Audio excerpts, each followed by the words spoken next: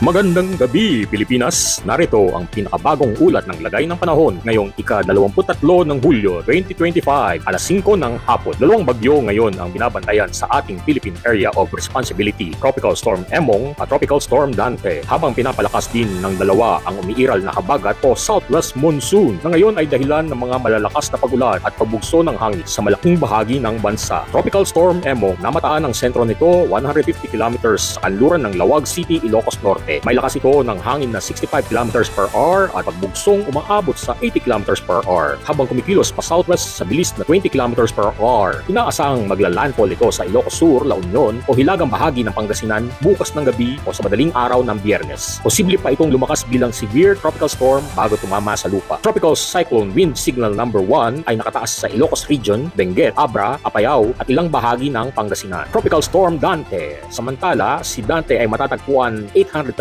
kilometers hilagang silangan ng extreme northern Luzon. Bagamat wala pa itong direktang banta sa kalupaan, pinalalakas nito ang habagat kasabay ni Emong. May lakas itong 65 kilometers per hour at bugso ng 80 kilometers per hour habang patuloy na kumikilos hilagang kanluran na asahang lalabas ng par bukas ng hapon o gabi. Habagat dahil sa pagsani puwersa ng Emong at Dante, pinalalakas ngayon ang habagat na nagdadala ng malalakas na ulan at bugso ng hangin sa Metro Manila, Central Luzon, Calabar Zone, Mimaropa, Bicol at maging sa ilang bahagi ng Visayas at Mindanao. Mabala sa baybay, may umiiral na gale warning sa kanlurang baybayin ng Hilagang Luzon. Asahan ng napakagaspang hanggang napakapeligrosong mga alon, lalo na sa mga baybaying dagat ng Pangasinan, Zambales at Bataan. Pinaalalahanan ang mga mangisda at may maliliit na sasakyang pandagat na huwag munang pumalaw. Paalala, maging alerto sa mga abiso mula sa inyong lokal na pamahalaan, iwasan ang pagbiyahe sa mga lugar na matataas ang panganib ng landslide o pagbaha. Stay safe and dry mga kababayan, po ang inyong ulat panahon ngayong hapon.